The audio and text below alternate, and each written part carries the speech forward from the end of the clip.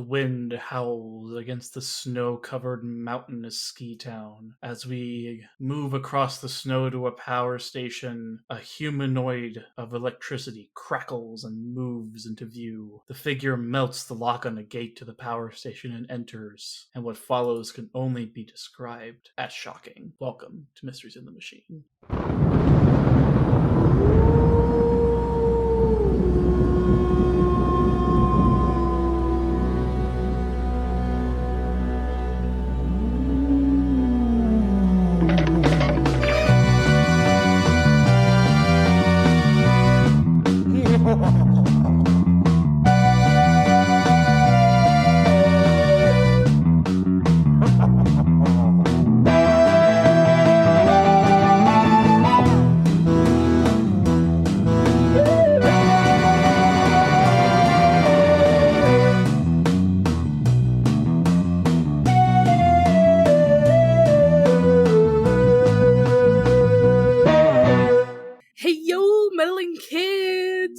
Charlie. And I'm Ethan. Ethan, we're finally here. It's finally cold. I mean, it's not cold in my apartment, but it's cold in Scooby-Doo. Yes. Can I jump into the episode? Is that possible? Blue Skidoo, you can too. That's all I'm going to say about that. Maybe that's all it takes. I don't know. Yeah, we're here for what a shocking twist, right? It's not what, it's what. Exactly. Shocking ghost. This is my Freudian slip, I think. Because I wrote this in our schedule as what a shocking twist, but the episode is what a shocking ghost. I think both are fine. I mean, yeah. Like in the grand scheme of things. Yeah, my brain's just like, oh, like it's obviously it's like a twist thing. It's not. I mean, there's kind of a twist, I guess. Maybe in that we'll get into it. I guess there's a twist in this episode. In a way, enjoyed this one. I hope you did. This is probably the most fun I've had in this show watching it. Is watching this episode because. First off, I mean, I still think the first one was very good. Oh, but like it's a this, banger. Iconic. Yes, right? Because we get winter outfits. We get the winter outfits again. Ethan, this episode has everything you want in a Scooby-Doo episode. True, right? We've transformed the outfits into something different, but the same color scheme. Mm-hmm. We're not really on location though in this episode. I guess that's the only thing that is kind of missed out here. We're in Winterhaven. I don't know where the fuck that's supposed to be. It's I guess Colorado. Maybe. They never say. We have a very on-brand villain. This villain feels like he's from What's New. I'm not gonna lie. Truly, yeah. Like the power set here. This is like more than I would expect for this era, honestly. Yeah. But even the explanation we get at the end, it's like I don't think they'd quite figured out the logic for how the villains were able to accomplish things quite yet.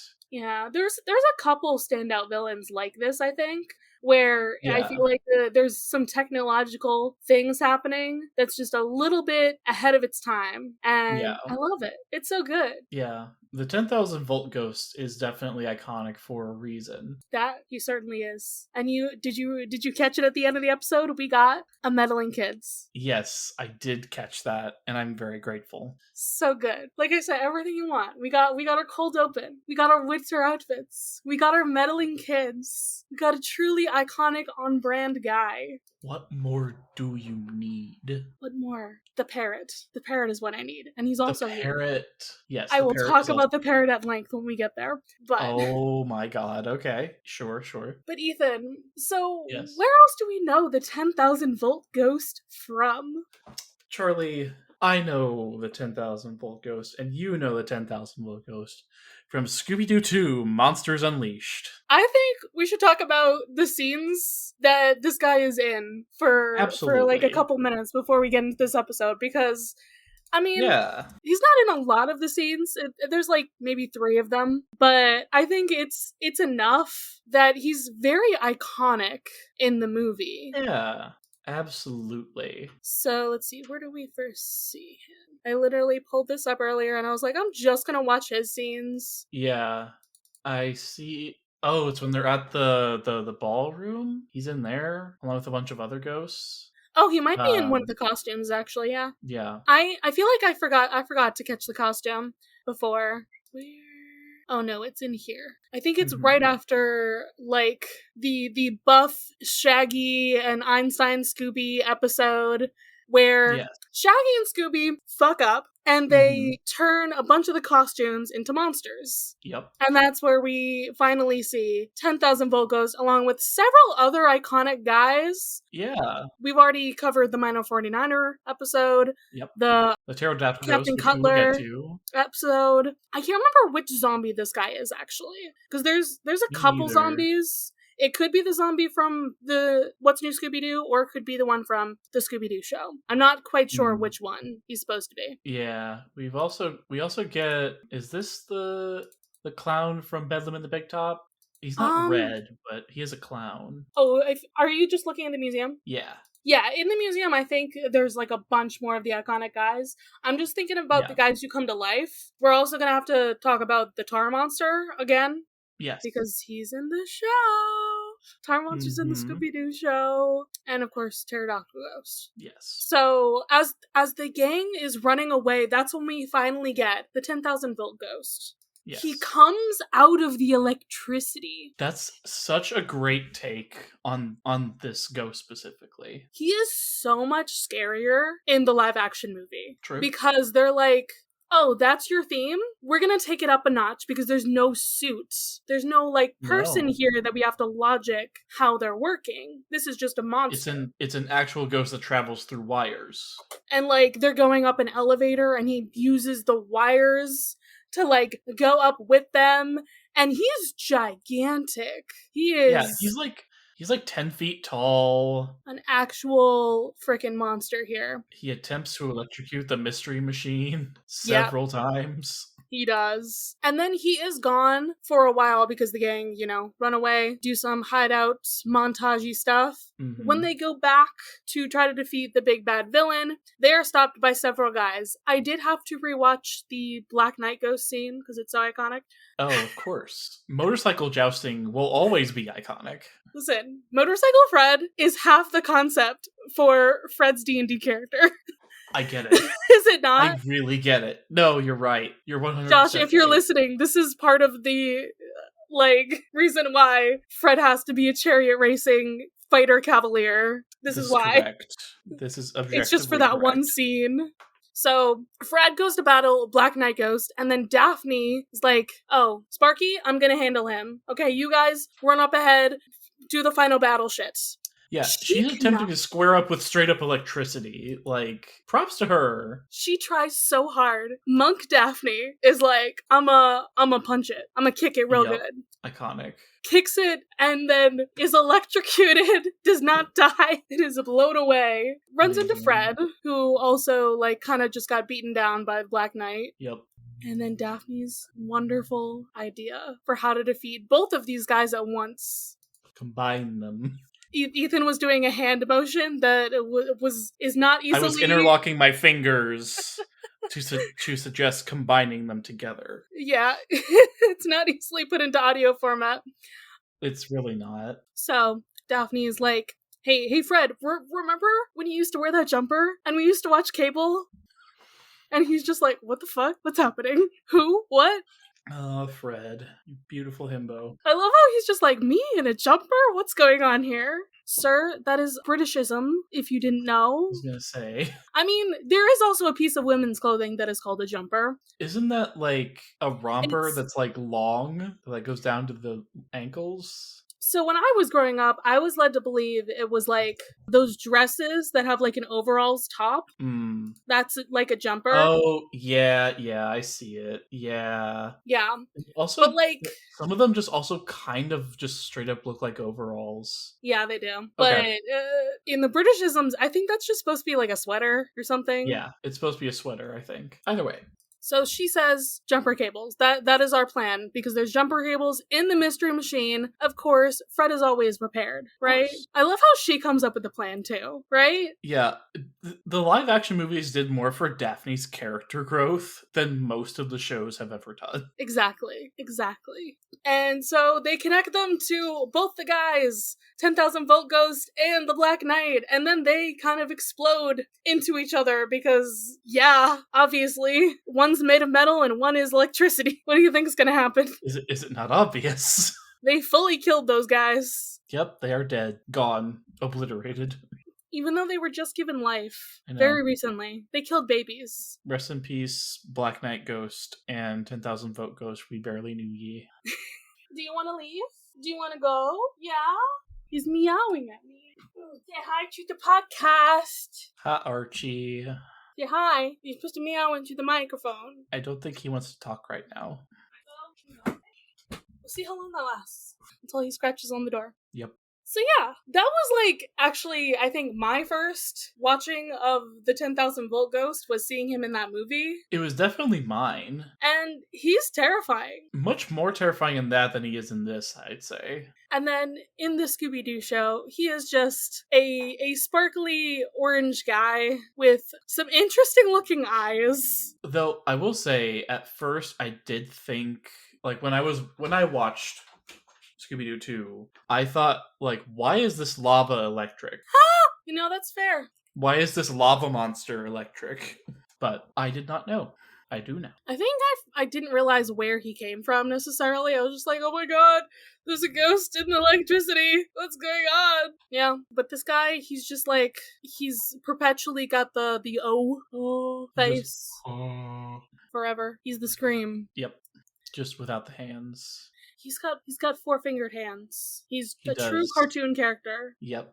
Though oddly enough, most of the human characters in Scooby-Doo have 5 fingers. Right? Interesting choices all around. I'm not opposed to it. Yeah. So we got your iconic intro in this episode. Mm-hmm. And he's got some pretty cool powers here. He's able to melt the snow and he can ice melt metal. And the metal. Who gave this man these powers? How? I don't fucking know. I don't think he had he should have had burned footprints, I think, in this episode. Yeah. If that is his power, he should have burned footprints in the snow, right? Right. Absolutely. Just wait. I'll figure out a way to put him in our D&D game. Of course you will. But the mystery machine driving in the snow, shocker, we're almost out of gas. Fred, pay more attention, buddy. Come on. You're on a mountain. That's the worst place to run out of gas. Fred, what's going on with your head lately? What's going on there? Buddy, my dude, pay attention. And more importantly than Fred, though, Shaggy and Scooby are about to have their 50 millionth hamburger. Okay, now, I'm going to look up some statistics. Average number of hamburgers eaten per year. Now, the entire United States eats approximately 50 billion hamburgers each year, which means for every 1,000 hamburgers consumed, if this is all in 1 year, Shaggy and Scooby have eaten one of them and across the entire United States. I feel like this could be within their lives, maybe? If it's within their lives, that's a bit more believable. It's not, though. Okay. The average person eats about 150 burgers a year.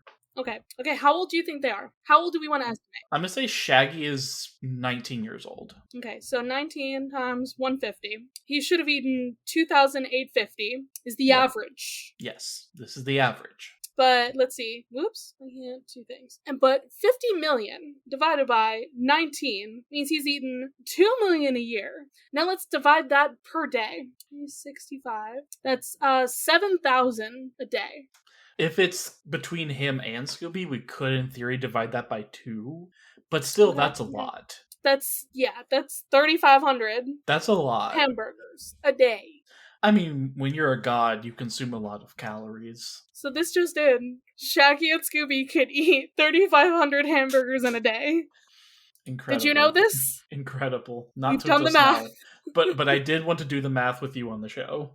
I think it's important. And they're going to get their 50 millionth hamburger because they saw a sign for a hamburger joint. as one does. And we get our first shenanigan with Scooby turning into a slot machine with hamburgers for eyes. Yeah, he does. Scooby-Dooby-Doo. Alright, we're going to Winterhaven, is the town. They're finally arriving, and everyone's lights are off. The hamburger joint is out of business. And Shaggy's stomach is completely empty. Shenanigan. He taps on his stomach and it echoes back at him. I'm tempted to be like, maybe Shaggy is like the god of consumption he must consume. He must consume. An eldritch being. Literally. That is never satisfied. And they run out of gas in the middle of town. Well, thank goodness they're around civilization somewhat. Somewhat, they're like, okay, we gotta find somewhere to sleep, but it's a while to the nearest gas station, so. Yeah, I mean, they don't know where the nearest one is, but they do see lights on in the ski lodge, so that's something. And we have another shenanigan when Scooby's nose gets stuck on, is it ice? I think it's ice. Yeah, I think ice formed on the window. There we go. Of course. I mean, technically that could happen, but I don't think it happens quite that fast. No, and your face doesn't stretch that much. No, it does not. Because it goes right back at him when Shaggy takes it off. There is a man to meet them at the ski lodge where they go, and of course he's covered in furs. I mean, this is cold. They have no power. It's cold. Yeah, what else are you supposed to do? And he's like, come in from the cold, except it's still cold inside. Sir, where is your fireplace? Yeah, like, do you not have matches, lighter fluid, newspaper? He has a candle, so he has fire, but that's it. Yeah. He has a candle. Like, what kind of ski lodge doesn't have a fireplace? Like, right. Just for vibes. That's what you need. They literally went to a ski lodge in the last show, and it had a wonderful fireplace. They all got to snuggle up in there. What's up with this? This town sucks. And he claims this was a popular ski resort town. Sure it was, buddy. Your fucking ski lodge doesn't even have a fireplace. Jesus Christ. Yeah. And then, okay, another iconic thing. We have the backstory. I love a good spooky time backstory of what happened here. Yes. So he's like, okay, this is why this town is like this. We had a violent winter storm, it affected the power lines, and our guy at the power plant, Mr. Collins, tried to have it repaired by his electrician, Mr. Voltner. A very on-the-nose name. Iconic. Voltner went up to repair the power lines, even though they all thought it was too dangerous, and the transformers blew, and Voltner was nowhere to be found. Dun dun dun. What could have happened? Well, he's a ghost. He is the 10,000 volt ghost. Now, Charlie, I will say, my great uncle, my grandpa's brother-in-law, used to do exactly that. He would climb up on telephone poles and repair them. He was called a lineman. They go up on top of telephone poles and make sure everything's working correctly. He was struck by lightning 7 times and survived. So what you're saying is he is the 10,000 volt ghost. Yes, my great uncle who died 5 years ago. Guys, this is the lore. Ethan's related to one of the ghosts. We're gonna find out that he has electricity powers. Very distantly related. Finally, it's a white guy who has the electricity powers. Honestly, yeah. It's not that. Yeah. That's a whole different discussion. It is. It certainly is. Sorry, my brain just literally went to how Percy Jackson's kind of going into that trope by accident now. Oh, because Zeus is black. And so is Thalia, in theory. So the child of Zeus is black and has electricity powers. Mm-hmm. Disney, what are you fucking doing? I don't think they may not have meant to do that. At least not with Rick involved, but... I don't think Rick meant to do anything. I think Disney was just we don't know anything. Yeah, R.I.P. Lance Reddick, but, Anyway, back to our wonderful Scooby-Doo, where, sadly, it is just white people. For now. Okay, I swear every time you see the 10,000 volt ghost, his design changes. Yeah. Because, original design, just had one creepy face. Now he looks even scarier. He's got these incredible eyebrows, creepy eyes, big nose. He looks furry, actually. Yeah, those eyebrows look like they could come off his face and fly away. He looks like a combination of the Lorax and the Grinch. He looks like a Muppet from hell, which to Charlie is all Muppets, but... Listen, I don't think they're from hell. I just find them slightly annoying. Oh, I thought you were scared of them. No, I just don't find them as entertaining as other people do. Okay. Beaker is fine. Beaker can stay. That's valid. And his husband, right? And his husband? Are they in love? I thought that most fans have them in love, and I think one of the shows they were in confirmed it. Oh, I thought that man made him suffer a lot of pain. No. They are partners in life. Again, Ethan, most of what I know about the Muppets comes from Muppet Vision. Oh, Charlie. Hold on. And I just know that I saw a little guy with a big nose and spiky red hair, and he was going through it, and I'm like, I want to protect him. That's all I care about. He is always going through it. This is true. Like, I relate. I am also... Yes. A little guy with red hair and a big nose who is going through it at all times. Yes. I don't know if you're sending me something, but... No, I was trying to look for, like, if it's been confirmed that they are in fact in love, but apparently according to the Muppet Wiki, there's been no explicit evidence that their relationship is romantic or sexual in nature, but Bunsen often refers to Beaker with the pet name Beaky, and on multiple occasions call him Beaky Poo. So... take that with what you will. I just recall Beaker being put through it by this man's inventions. In my headcanon, they are a couple. I mean, maybe he's into it. I don't know. I mean, some people, they like pain. Masochism. It's a thing. This is true. So, getting out of the Muppet talk. Yes. So... We've gone on so many tangents already. Alright. We've been recording for 34 minutes. Hey, we did have to talk about the movie for a bit, too, so we're good. We're okay. We got the backstory. And now, you know what? They have a place to stay for the night, but instead, they're gonna solve the mystery. Because they're always on brand. Do we need to do it now? Can you solve a mystery when you've had sleep or something to eat? There's nothing to eat here except for ice. It's at least hydrating. You know what? Whatever works. Alright, so the gang goes to the electricity place. There's words that I'm forgetting here. Power plant? There we go. The power plant. And so they find that wonderfully broken gate where I think more of it is melted than before. Like, I think it just kept melting after he left. Yeah, it's not just the lock. It's like parts of the gate itself have been melted over. Yeah. Apparently the ghost left an icy trail behind it as it was walking. And Shaggy's like, I'm gonna walk on it. They don't call me old Surefoot for nothing. And we are immediately proven that is not the case. Does that make sense? Like, given how his suit works, I believe it does. Okay. Because I'm just like, I'm not a science person. I need a science person to check if the science is sciencing here, because we have snow and then it becomes ice after superheated electricity monster steps on it. Yeah. So Charlie, let me walk you through this. So you run electricity through a coil, right? That's what we find out he's doing, right? Coils, being metal, when exposed to electricity, get warm. That's why light bulbs are warm when you touch them, right? Oh, so like it melted and then it formed ice again. Okay. Yes. Yeah. My brain was just like, wait, why did he make it colder? How did he make this, no, he didn't. This colder? He didn't make it colder. He didn't.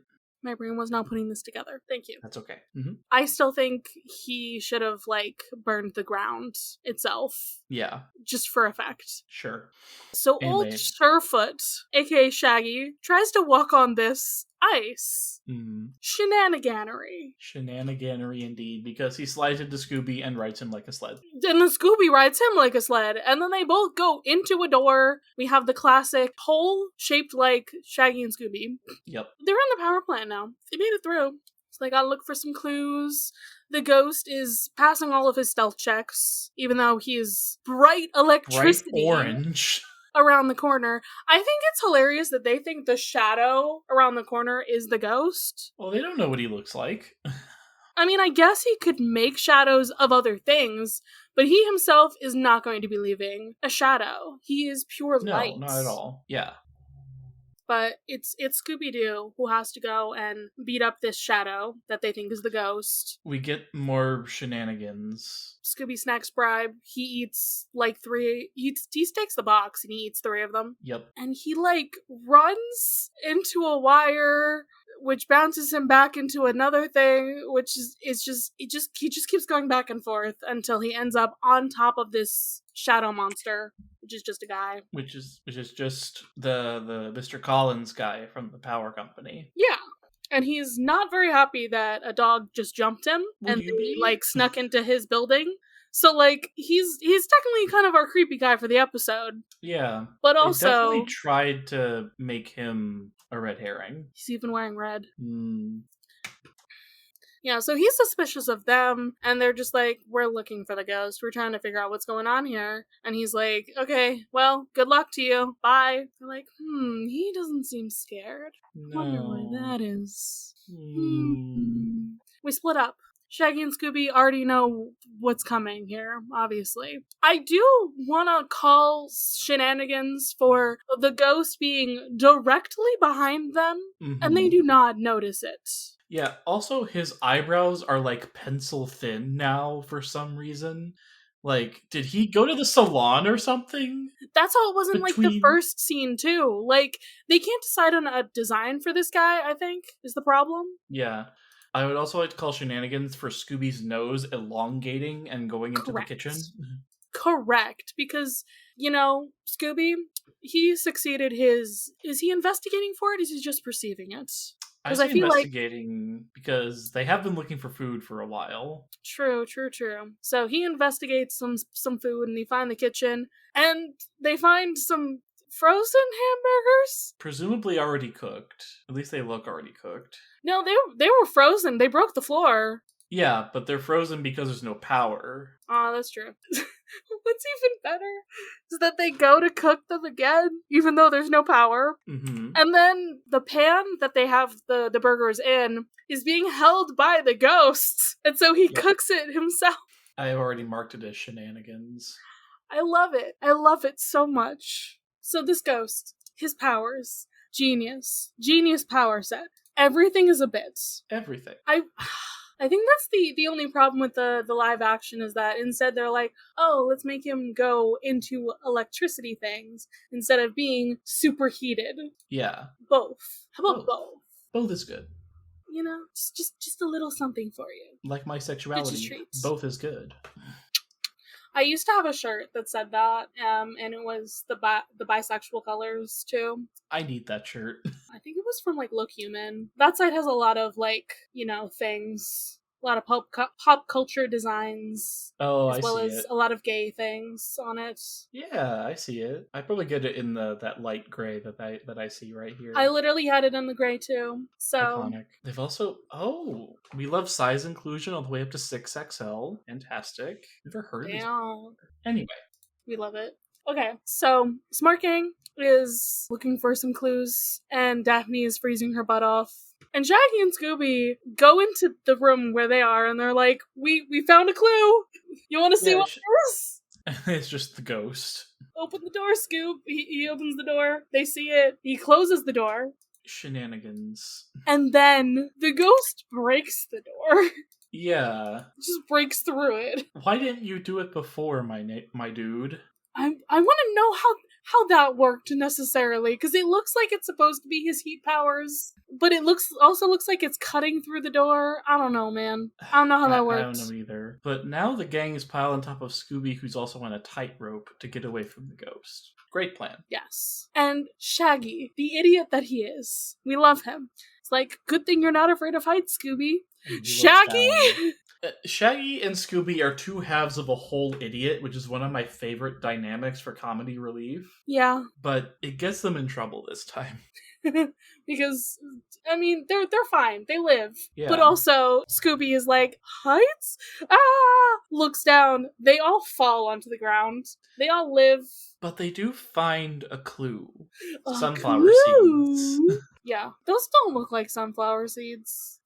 They kind of do. They're white. Sunflower seeds are like, if they're dry, they're like white and black stripes. Yeah, I've seen them before. Yeah, but those look pure white, so I don't think they look correct. But apparently, Shaggy eats sunflower seeds because he eats everything. Oh, I was gonna say, does this mean that Shaggy's a recovering addict of something? Oh, chewing tobacco? Maybe. Yeah. I mean, that's what that says to me. I also eat sunflower seeds. I've never used chewing tobacco. Ethan, also clearly a recovering addict of chewing tobacco. This is my like one context from childhood. Yeah. Because that's what they always showed, is like people eating sunflower seeds. Yeah, because you have like, it was really popular for baseball players to do it if they were trying to get over chewing tobacco. And also Mr. Sir from Holes to get over smoking. Yeah, that's what I was thinking of. I was like, there's a media. What's the media? What is it? It was Holes. You're right, it was Holes. Yeah. So we found the sunflower seeds. Why are they here in the power plants? They could have come from the pet shop that they passed on the way in. They belong in a bird cage to a bird or something. Maybe they have birds at the pet shop in town. Let's go see. Yeah, so Velma, Shaggy, and Scooby go check that out, while Daphne and Fred go check out Voltner's house. So Scooby is pushing Shaggy and Velma in a snowmobile that has no gas. What's the point? The point is shenanigans. Well, that's what the point is. Oh, I thought the point was, well, it's better than walking. Make the dog do it. That. And also, you are in the perfect terrain for a dog sled. Right?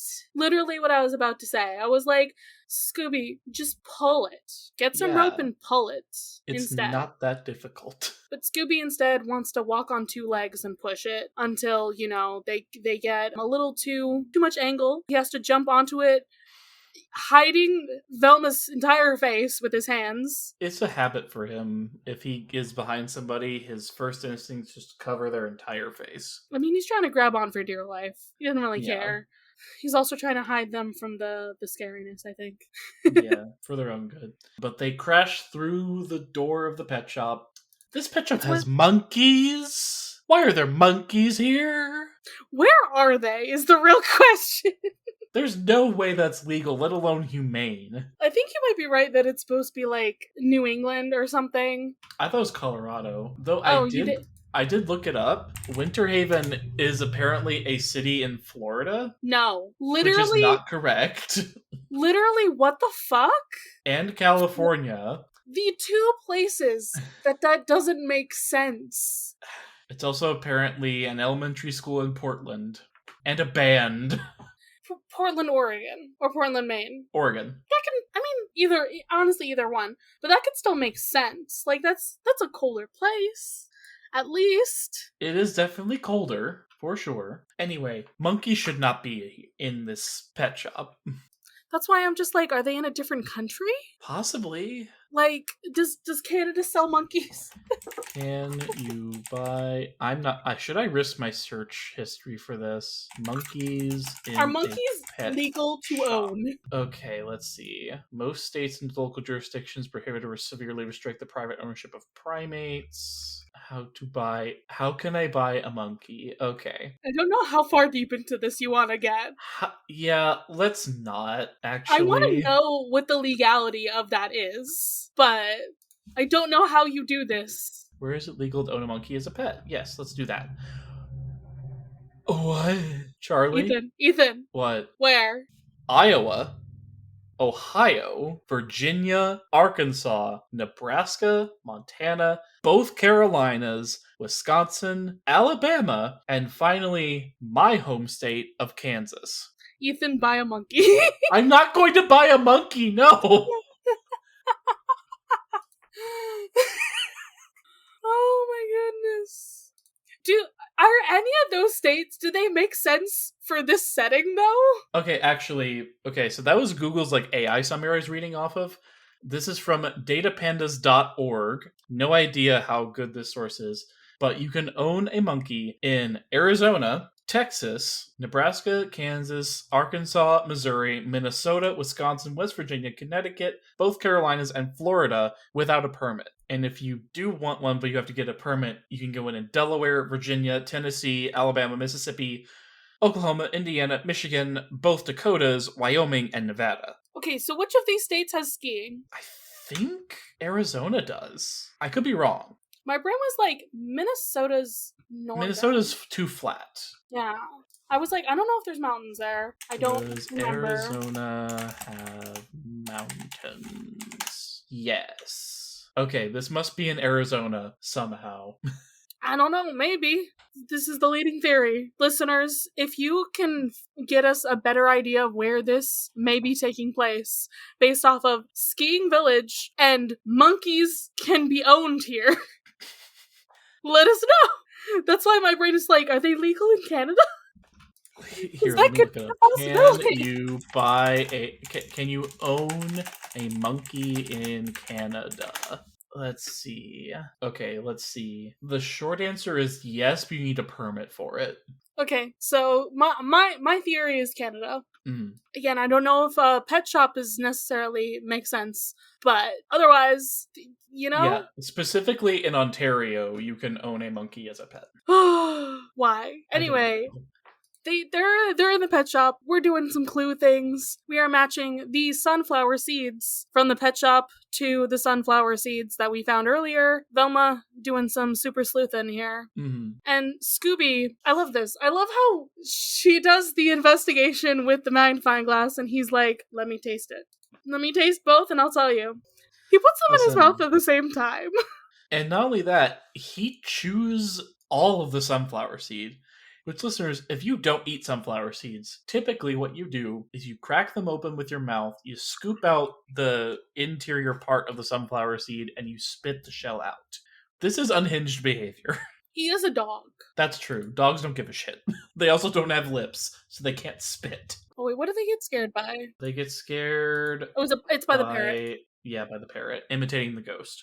Yeah, this is how we get into the next clue, because the parrot makes noises like the ghost would.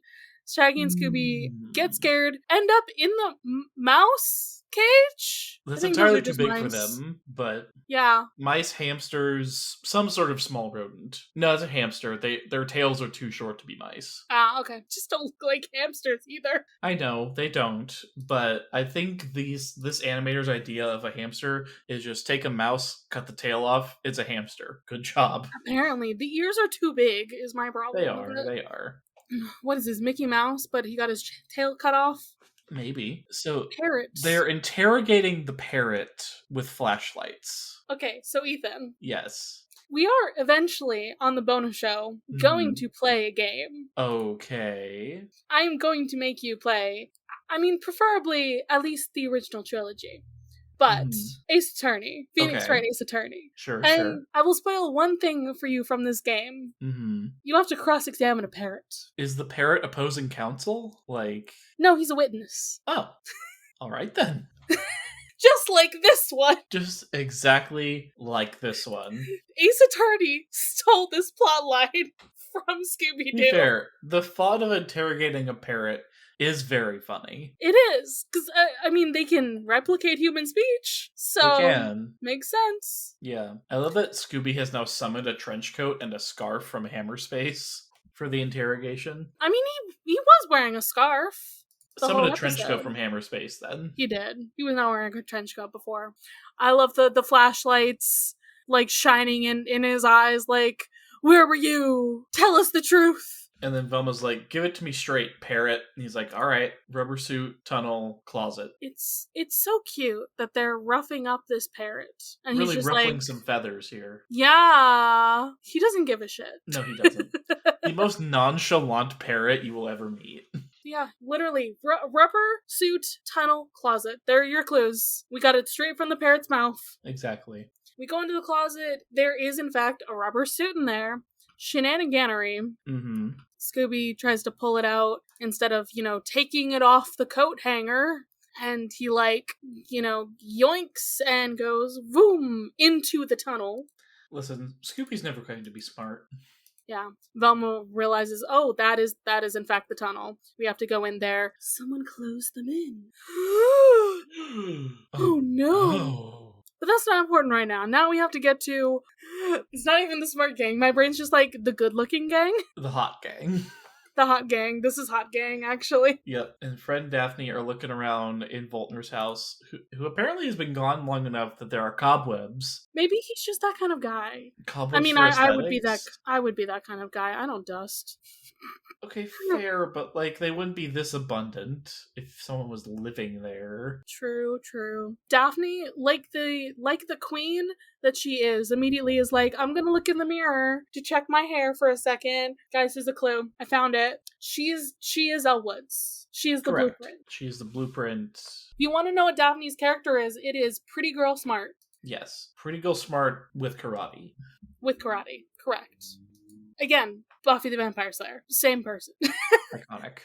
Even Sarah Michelle Gellar was even in...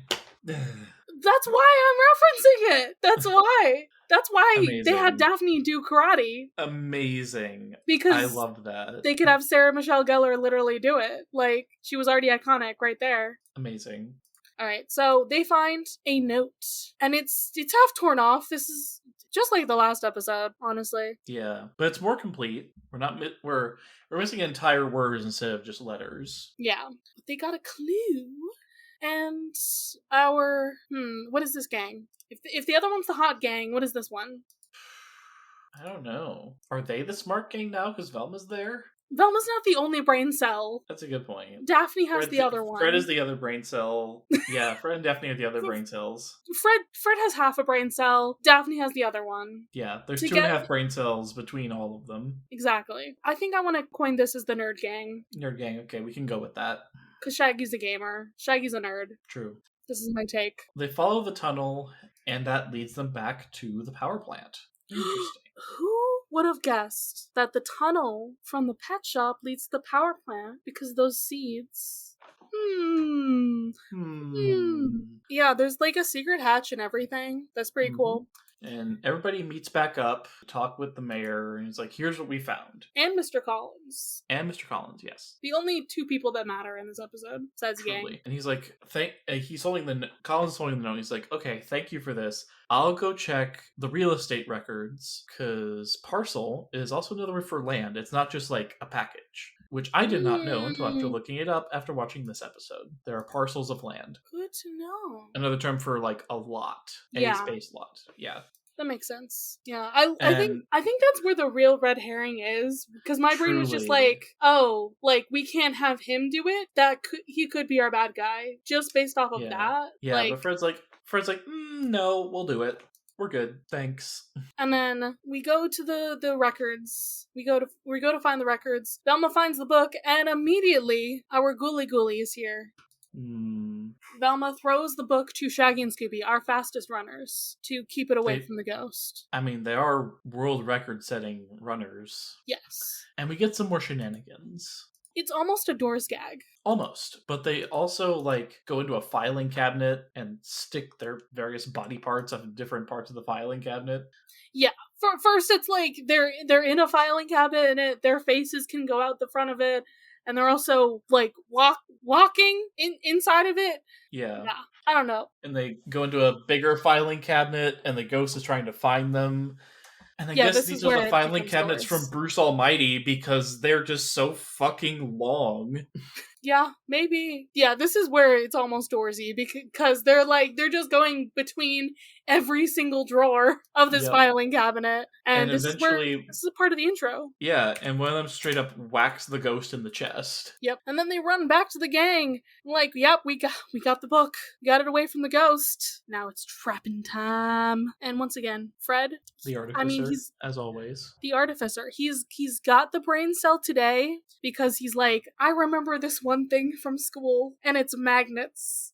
Iconic. Just tinkering with his little toys, Yep. So he's gonna turn it into an electromagnet.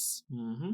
But first, we have to do some shenanigans to get him into it. Like, yes, we get some snow in this building and some skis. Yep. To make him slide down so he can pass through these magnets. And Velma and Daphne are going to be bait this time. Yeah, they hold out the book of records in this long, like, it's like a advanced version of one of those dinosaur head grabbers. This is shenaniganery to me, where it's like, yeah, we just found this thing. We're gonna, like, use this, like, it's a toy. Like, come on, you want it? Come and get it. Come and get it. Suddenly it's gone. And they're just running from him. I mean, they gotta dump it. Yeah. Fred sets off the trap. He's in the skis. He's tied up. And then Shaggy and Scooby are the next part of the trap with the magnets. And they are pulling him along. They pull him out of the building all the way to the jailhouse. Why wouldn't they? I feel like this is, like, dramatic as hell. Because we don't usually... We don't always have to involve the sheriff. Like, sometimes it happens. Yeah, but they also, like... Straight to the jailhouse. Yeah, how many shenanigans is this? Because, like, the ghost also turns into a snowball at some point. Shaggy and Scooby come off the sled and land perfectly back on. They go off a ski jump. It's a whole thing. Okay, so I give a shenanigan for the trap itself. Yes, got that. A shenanigan for the ghost breaking through the doorway. Yep. A shenanigan for the snowball that he turns into as they are, like, pulling him along. And I think that might be it. Okay. But they do go, like, down the freaking ski slopes with him. And then suddenly they're in the snowball. And they all end up at the jail. And Sheriff's like, what do you have here? Like, we have a ghost. Here he is. Let's just take the snow off of him. And suddenly, it's a man in a rubber suit with some coils. They unmask him, and Voltner's alive? No way! This is the way you do it, actually. Actually, yeah.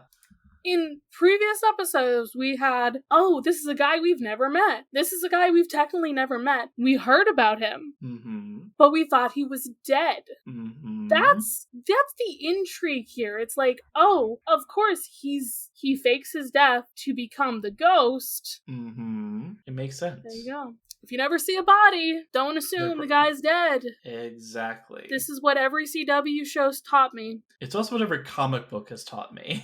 True. But also the CW taught me even if you see a body, they're probably not dead. Yeah, and Pretty Little Liars, but that's different. The fact that wasn't a CW show is the weirdest part of it all. It had all the markings of a CW show, but it wasn't. It was ABC Family. Yeah, a family show. Until it became Pretty Little Liars, a family show. Yeah, Freeform. RIP ABC Family, you will be missed. Oh... Alright, and now we have our wrap-up. So it was Voltner all along, but it wasn't just Voltner. It was the mayor. The mayor would do this to his own town? Politicians are bad? Politicians just want money and power? Who would have thunk? Who could imagine? Does power corrupt? Absolutely? Oh no. Oh no, wild. I mean, the power running through the ghost sure corrupted Voltner. Charlie! I tried. I'm glad you laughed. So yeah, he was trying to buy up parts of the town. They explain how the 10,000 volts thing worked with a battery pack.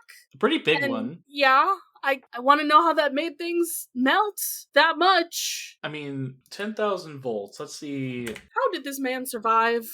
I know he was wearing rubber, but still. I mean, 10,000 volts is a potentially lethal amount of electricity if it goes directly through you. Well, it was on top of him at all times. Yes.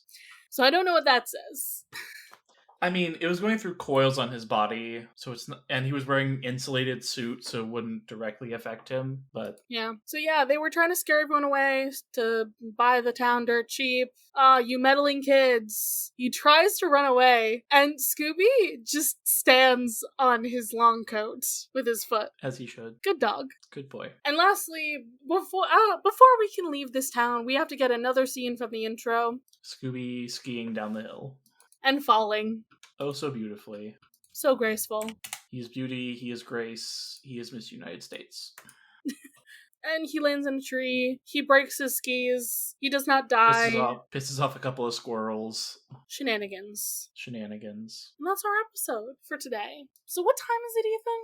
It's tarot time again. Let's talk about some trivia. On Amazon, iTunes, and Vudu, this episode is titled Wada Shocking Ghost. Like, all one word, Wada. Wada. Weird. It doesn't work as well. No. This episode includes a rare instance of Scooby and Shaggy not being the bait for Fred's trap. Velma and Daphne are the bait instead. The sled Shaggy and Scooby used in Fred's trap, which he used to get the ghost, was actually a toboggan. I honestly don't know the difference. It's a specific type of sled, I guess. Okay.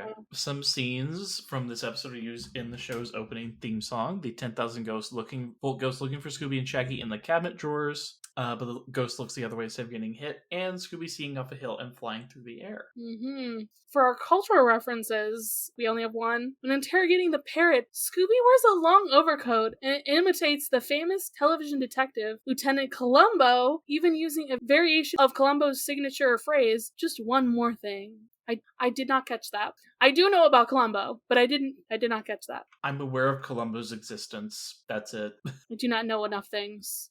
Sadly. If we need to watch Columbo for our bonus show, let us know. Yeah, please, listeners, recommend let us a good know. Episode.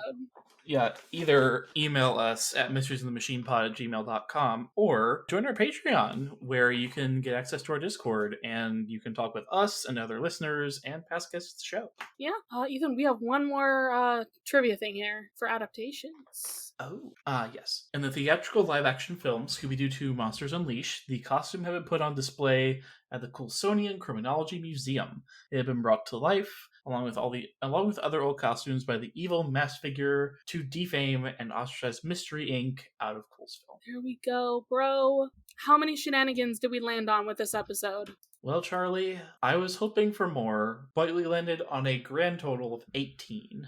I was trying to, get some more in there. I mean, granted, I think we're gonna land on about this many. I think this is gonna be like our average. It's like somewhere around 20-ish, a little less than 20 for this series, because it's in third place as of right now. Shorter episodes, more tightly packed. Yeah. Maybe at some point we'll have to go through the original series. Like, maybe we'll do a bonus episode or something. And we'll just try to be like, okay, how many shenanigans would you count for this episode? And we'll just go through what's new. Mm-hmm. And so it can be on the document for later. Mm-hmm. So, what is our Scooby snack rating? I did actually like that Voltner did end up being alive, as well as how the mystery played out. So I'm honestly gonna give this a solid 4. I want to give it a 4.5. All right, I enjoyed this one quite a lot. It was fun, and it's also like a 2-man job too. Yeah. So you gotta love that. I do think we could have had more guys, even though it is kind of a ghost town. So I get it. Yeah. Get what they were going for. Now, whose side are we on today? Are we on the side of our corrupt politician and our guy who faked his own death so that we could get land once again? I am on the side of those poor animals who were locked up in a pet store without any heating to keep them warm. Right? I'm on the side of that parrot who we did not get a name for. I'm just putting down the parrot. The parrot? That's just a little guy, and you cannot convince me otherwise. Little guy's a state of mind, and he embodies it. Correct. And he gave them all the clues. So, what more could you want from They really parrot? Could not have done it without him. Really. Make him part of the gang! Guys, you need more animal companions, clearly. Charlie, what did we just say about Scooby-Doo? What did we just say? Okay, but the parrot adds something. Is the difference. Scooby-Doo doesn't add anything. The parrot is at least intelligent. The thing is, I think if they added a parrot into the group, it would basically replace Shaggy from the original series, because we're not going to see that ever again, I don't think. No. I don't think we ever see Shaggy's ventriloquism after, sadly, this era. I don't even know if we see him in this show do that stuff. No, I don't believe we do. At least not so far. His dad jokes are the most Barty he is. Damn. A missed opportunity. Truly. Alright, Ethan. Should we go split up and look for clues for our next mystery? Let's go. Goodbye! Bye.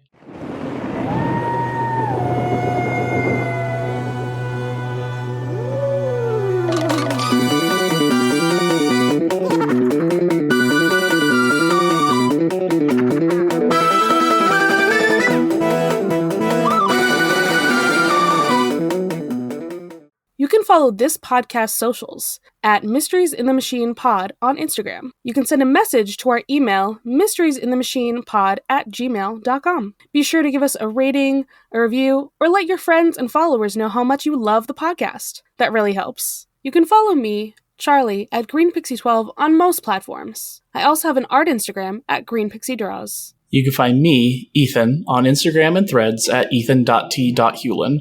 Our music was written and produced by Jason Hilton. You can find him at Negative Selections on Instagram. I had literally before we were planning on having Josh on here, my brain was just like, what if we got MC? What if we just did that? I feel like she wouldn't. I have a feeling that she would be willing to do it. I just don't know. It was just for memes. The idea was literally just for memes. No other connection here. MC is a meme. MC turned down for what? Exactly. Go follow, like, and subscribe. Yeah, go follow MC What's Up on Twitch for her to play Lord of the Rings games and listen to her podcast that's no longer running, both of them. Yay! But she is hilarious.